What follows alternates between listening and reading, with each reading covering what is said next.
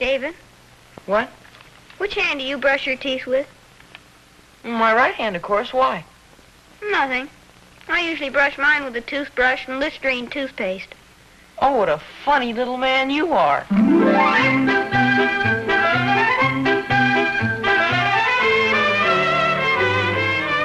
Listerine Antiseptic and Listerine Toothpaste present America's favorite family comedy, The Adventures of Ozzie and Harriet, starring the entire Nelson family.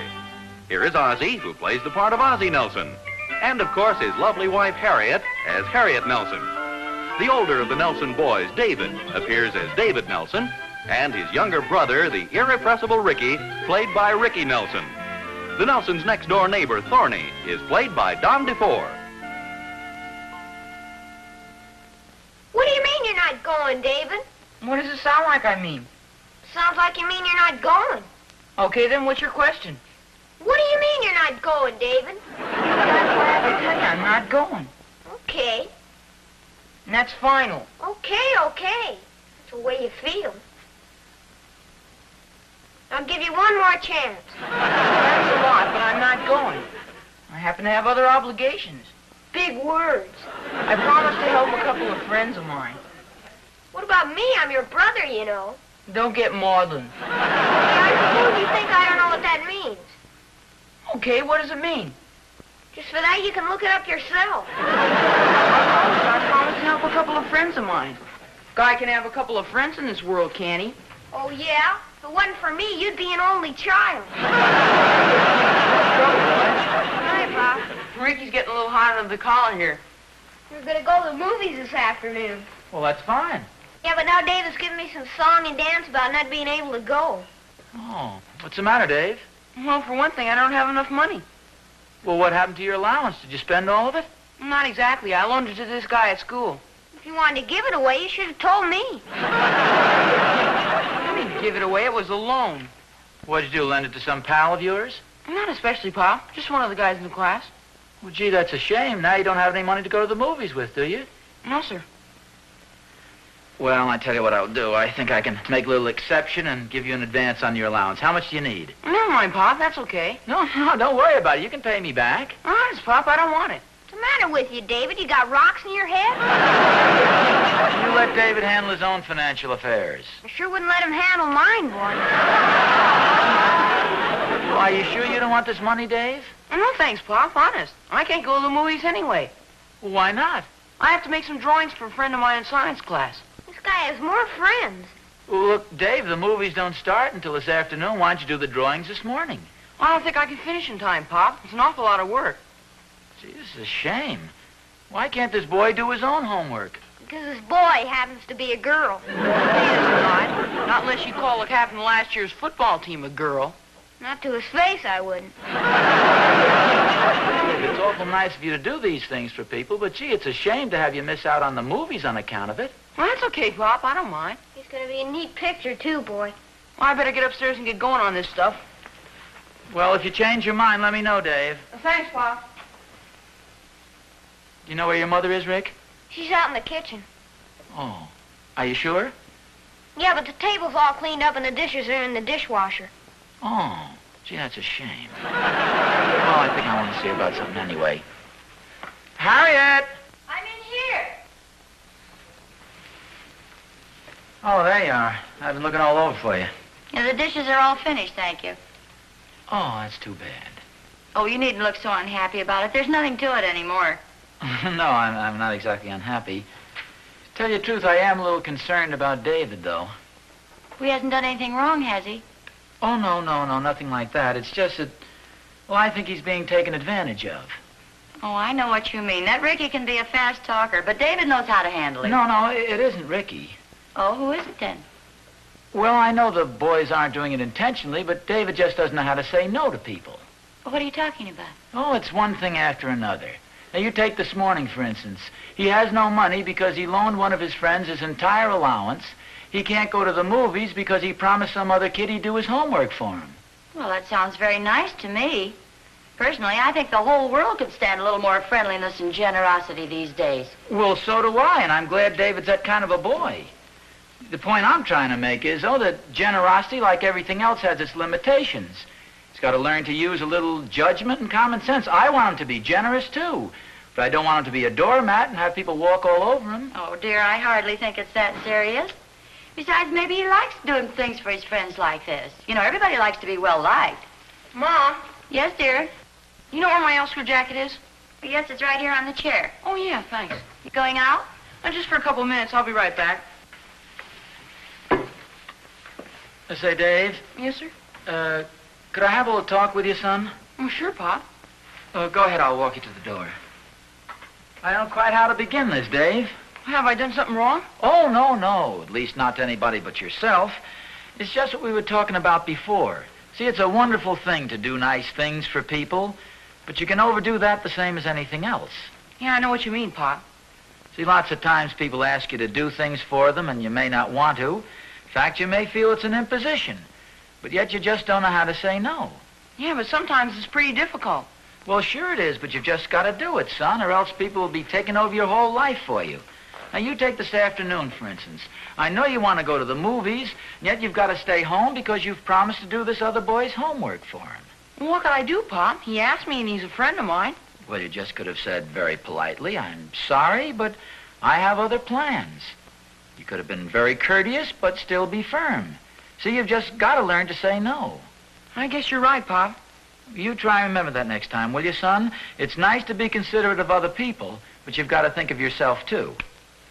Here, Pop, why don't you take this apple? Well, no, I have an apple here. Well, mine's so much bigger than yours. Yeah, but that's yours. You keep it, Dave. Okay, Pop. Well, I'll see you later. I have to go down to the store and get some special drawing paper. So long, Pop. So long, Dave. Hey, hiya, boy. I'm just coming over to see you. Well, good for you, Thorny. What's on your mind? Guess what? We have a little house guest visiting us for a few days. Oh, good. Yeah, little niece of Catherine's. In fact, Catherine just picked her up at the train a few hours ago. Oh, that sounds wonderful. Yep, she's going to spend the weekend. Lovely little girl, too, Oz. About 14, I would say. Hey, that's just about Will's age. How does he like the idea? Well, unfortunately, he left last night for an overnight hiking trip. Seems he had it planned for several weeks. Oh, that's a shame. Yeah, the whole thing was a sort of a surprise. I didn't realize she was Will's age. Naturally, we wanted to have a good time while she's here. Oh, naturally. So when she received the invitation to the party last night, well, we were pretty disappointed. Party? Yeah, it seems Claire Randolph is giving a party for her daughter, and she called Catherine to invite little Shirley. Oh, That's yeah. the little girl's name. Well, that sounds wonderful. Yeah, except that she can't go alone, being a complete stranger here and all. They sort of figured Will was going to take her. Oh, yeah. Too bad. So you can see the spot we're in. She's a very nice little girl, Oz. Very well-mannered. Oh, yeah, I'm sure she is. I sort of thought you might have a suggestion. It'd be awfully nice if she could go to the party. Of course, if she had an escort, she could go. Now, if we could think of some young chap, about 14 or 15, very clean-cut, well-mannered, agreeable, and very popular with the rest of the Say, kids. pardon me a second, Thorny. What about David? He's... I accept. I said I accept. Little Shirley will be delighted to go to the party with David. Well, thank you, Thorny. On behalf of David, may I say he'll be very, very delighted to escort little Shirley to the party. Thanks a lot. Oh, forget it. After all, if you can't do a favor for a pal. Oh, you're a real pal, Oz. Thanks a million. You bet. Oh, incidentally, thank David for me, too, will you? Hi, Pop. Hiya, Pop. Oh, hi, boys. Got some interesting news for you, Dave. Oh, good. It seems a little niece of Mr. Thornberry's just arrived in town this morning. Oh, that's nice. No, where'll you hear this now? I understand that she's just about your age and a very cute little girl. Oh-ho. Everything later to Dave. Well, sir, here's the interesting part. She's been invited to a party at Mary Randolph's, and I understand she doesn't have an escort. Where's Will? Well, he's gone on an overnight camping trip or something, so he can't take her. Well, sir, Mr. Thornberry and I have been thinking the thing over, and we've decided that we know another young lad who would fit the bill exactly. He's a very well-mannered boy and a popular young fellow to boot. I'd be happy to take her, Pop. Ricky, please, I'm talking to David. Gee, for a guy who's a popular young fellow to boot, I sure get kicked around. More at David's age. Well, how about it, Dave? How about what, Pop? Well, Mr. Thornberry and I would consider it a great favor to us if you would agree to escort this charming little lady to the dance. You hear me, Dave? Yes, sir, I heard you. I was just thinking about something. Thinking about what, David? What you said before. What I said before? Yes, sir. I'm awful sorry, but I have other plans. You mean you don't want to go?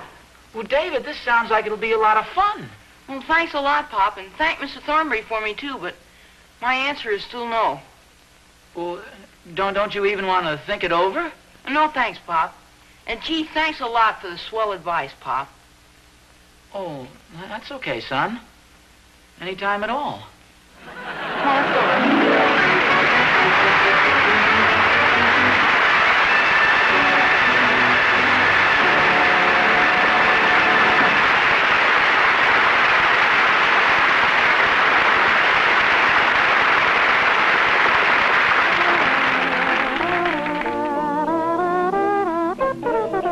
In business, he's pleasant to have around.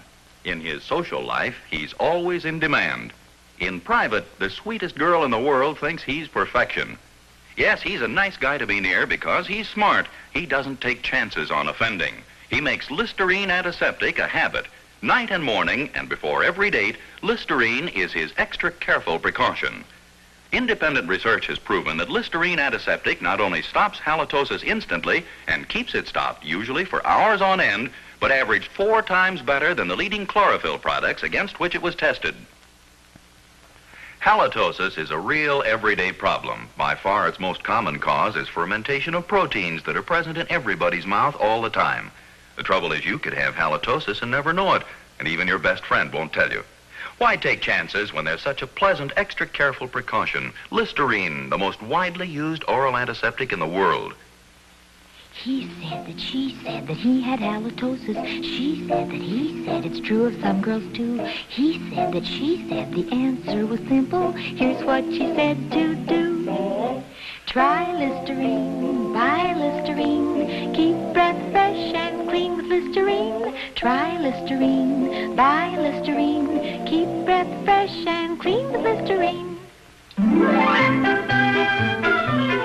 Hiya, David, old pal, old buddy. What's on your mind, little man? Not a thing, old pal, not a thing. You sure are palsy-walsy all of a sudden. I've been doing a little thinking. I doubt it. No, I mean it. I'm a pretty lucky guy to have a swell fellow like you for a brother. Yeah, life has been good to you. Best brother a brother ever had for a brother. Come on. What do you mean, pal? Come on, I know you're after something. How do you like that?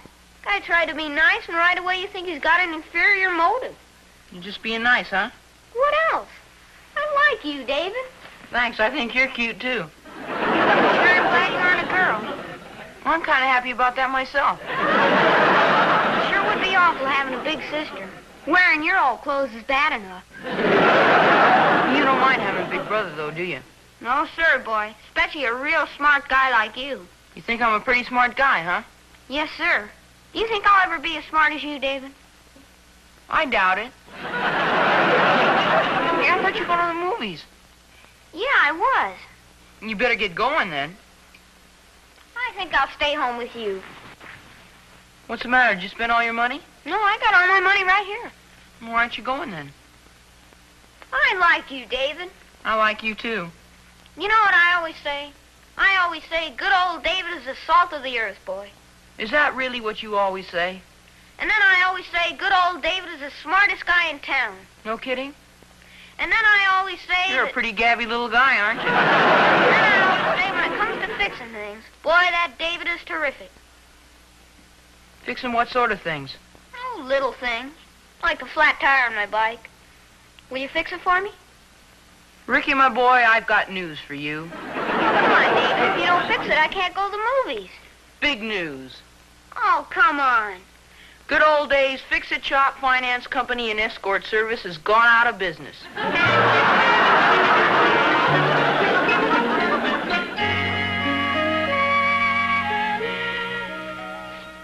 Ozzie? Oh, hi, Harriet. What are you so worried about? I'm not worried. Oh, I guess I might as well tell you. Harry, we have a bit of a problem here. The Thornberry's little niece is visiting him, and she's been invited to a party at the Randolphs. Well, it sounds very nice.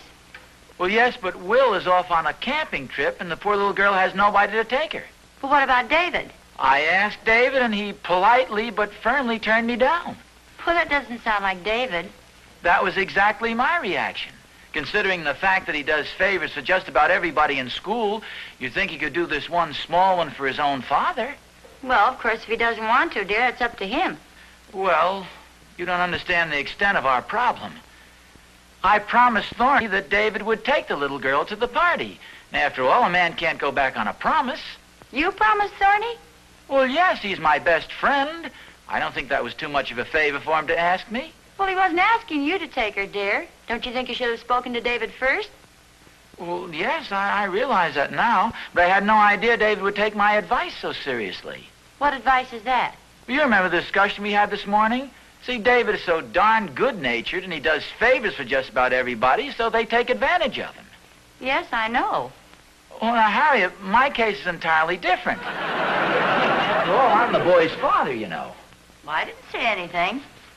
But evidently you did. Well, it's just that I've promised Thorny, and a promise is a promise. It's a little embarrassing to have David go back on my word. Why don't you just tell Thorny what happened? You made a date for David without asking David first, and David turned it down. Well, that'd make me look pretty silly, wouldn't it? I'm sure there's some way of explaining exactly what happened without exactly explaining what happened. Dear, you work it out any way you want to. Whatever you do, though, you better do it now so they'll have time to find somebody else. I think I'll go out and see if I can find David and make just one more pitch to see if he won't do this as a special favor to me. Oh, would you mind seeing who that is at the back door, Harriet? Well, you're kidding. You know very well it's Thorny. Come Oh. on in, Thorny. Well, look, why don't you see what Thorny wants, and I think I'll go outside and see if I can find David. No, you better let me go see if I can find David. Hi, Harriet. Hi, Oz. Hi, Thorny. Hiya, Thorny. Boy, excitement is sure running at a fever pitch at our place today. Well, I know you boys have a lot to talk about, so if you'll excuse me, please. Harriet? Boy, you ought to see little Shirley.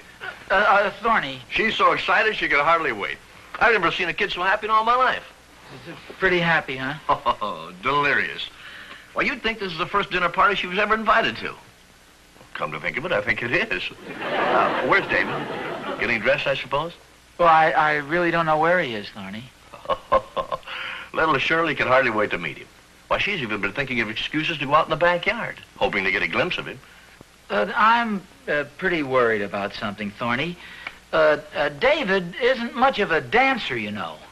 Well, so what? I don't imagine any of the kids are. Well, and then there's another thing. Maybe David isn't her type. Oh, of course he's her type. He's a boy, isn't he? Well, it's just that maybe she might prefer somebody like the little Peterson boy. Now, he's been going to dancing school and all. Oh, no, she wouldn't care for him at all. You see, it's just the idea that David isn't much of a social type boy. He's a wonderful kid and all that, but he's not what you'd call a party man. Say, wait a minute. How about little Georgie Dunkel? Well, Georgie's on the overnight trip with Will. See, I just got an idea. He's a lot younger than she is, and she's about a foot taller than he, but that Ricky always gives the girls just a suggestion. Oh, quit worrying, Oz. Believe me, David and Shirley are going to get along together just fine. Well, I've got to be running along now. She's very anxious to model a new dress for Uncle Thorny. She even bought a new dress for the affair? Oh, certainly. This is the biggest thing in her young life. Just tell Prince Charming that the pumpkin coach will arrive for him at 6 o'clock sharp. Well, I'll see you later, Oz.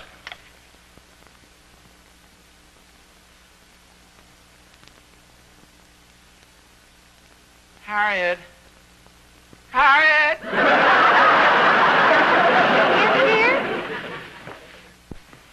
Oh, Harry, this is terrible. Was Thorny pretty upset when you told him? Well, Well, now, you've got to realize, Harry, that this is a very delicate situation we've got here. Everybody's terribly excited about the party. The little girl's looking all over, anxious to meet David. She's bought a new dress. This is going to be a terribly crushing blow to the poor. Ozzie, you did tell Thorny. Oh, of course I planned to tell him. In other words, you haven't told him yet. Well, like I say, Harry, now this is a very delicate situation. There are lots of different factors involved that make it extremely difficult to... I chickened out. Well, dear, I know how you feel, but the longer you put it off, the harder it's going to be. I can't argue with you because you're absolutely right. The only thing I can do is just face the music and call Thorny and tell him exactly what happened. Good for you. May I have the phone, please?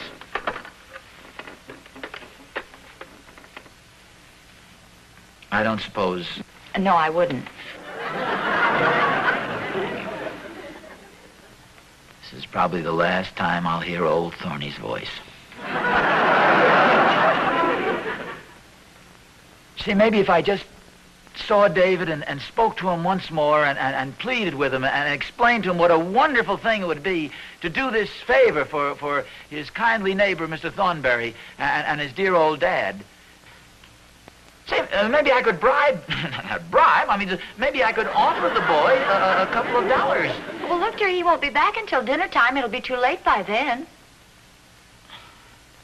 Yeah, I guess you're right.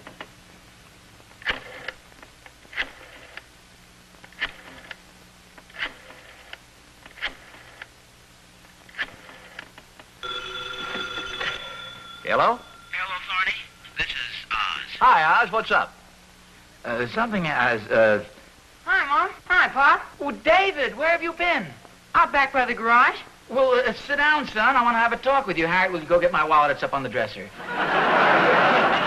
up, Oz. I can't hear Well, what you're Dave, saying. remember this morning when I had that little talk with you and I explained that sometimes generosity and doing nice things for people can be overdone? Yes, sir. Well, Where are in you? my anxiety Yeah. not to have people take advantage of you, I think I perhaps made my point a little too strong. Gee, I'm glad to hear you say that, Pop, because I really enjoy doing favors for people. Oh, it's wonderful, son, because I'd like to request that you do a little favor for Mr. Thornberry and me. Hey, Oz. Oz. Pop, do you hear voices? Ring. Well, yes. Operator. Oh, for goodness Operator? sakes, pardon me. Yes, Thorny, here I am. Well, you had me worried, Oz. What happened? Well, it's nothing important, Thorny. What'd you call up about? Well, I just wanted to say hello. Well, goodbye, Thorny.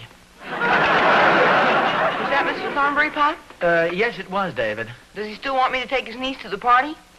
Well, yes, he does. Because I'd be happy to take her. Oh, that's wonderful, David. I'm sure Mr. Thornberry appreciates it, and I do, too. Well, heck, I'm glad to do it, Pop. Well, that's a fine attitude to take, son. What time am I supposed to pick Shirley up? Mr. Thornberry's going to stop by here about 6 o'clock. David, how did you know her name was Shirley? How did I know her name? Well, she was over in the Thornberry's backyard. Well, yes, but how did you know her name? Oh, that. Well, I was in our backyard, you see, and I saw this girl over in the Thornberry's backyard, and then I remembered that Will Thornberry had a pair of my old tennis shoes in his garage. So you went over to the Thornberry's backyard. Yes, sir. That's where their garage is. Also where Shirley was.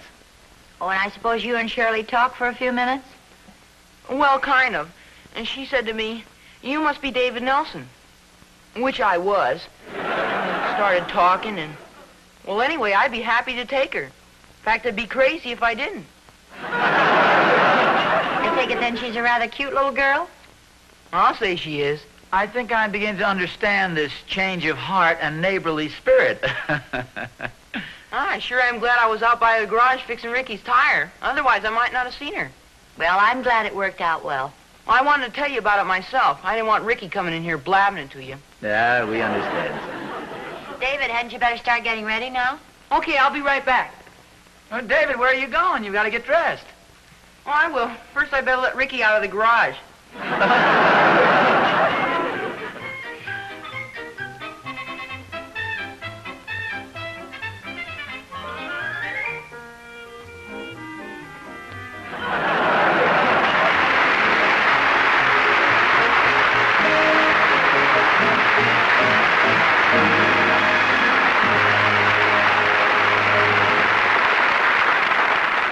snow-white, minty Listerine toothpaste.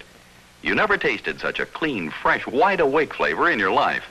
And no other leading dentifrice, no chlorophyll product, can do more for you than Listerine toothpaste. Because Listerine toothpaste gives you Listerine's special ingredient, luster foam. Can help your toothbrush cut down tooth decay as much as 60%. Keep your mouth clean and fresh for hours. And look at the money you save. This thrift pack gives you not one, but two big 45-cent tubes for only 59 cents. That's right, 90 cents worth of Listerine toothpaste for only 59 cents. Boy, if only you could save this much on everything you buy. No wonder Harriet Nelson says Listerine toothpaste is your best buy by far. So, buy now.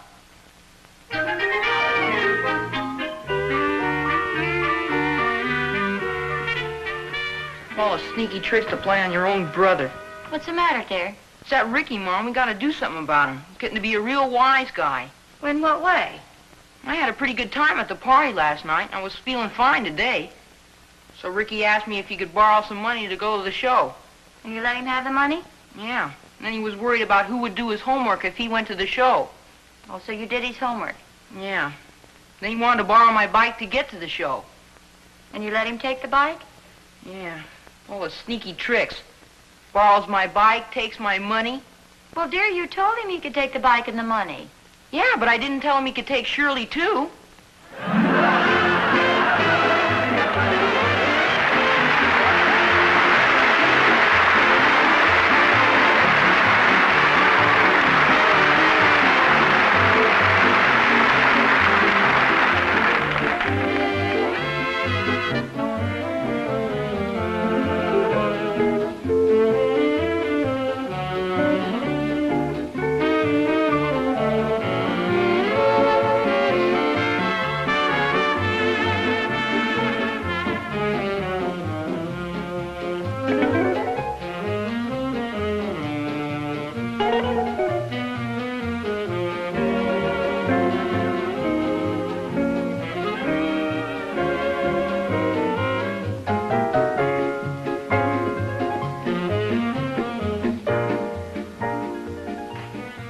Next week, The Adventures of Ozzie and Harriet, starring the entire Nelson family, Ozzie, Harriet, David, and Ricky, will be brought to you by Hot Point Quality Appliances.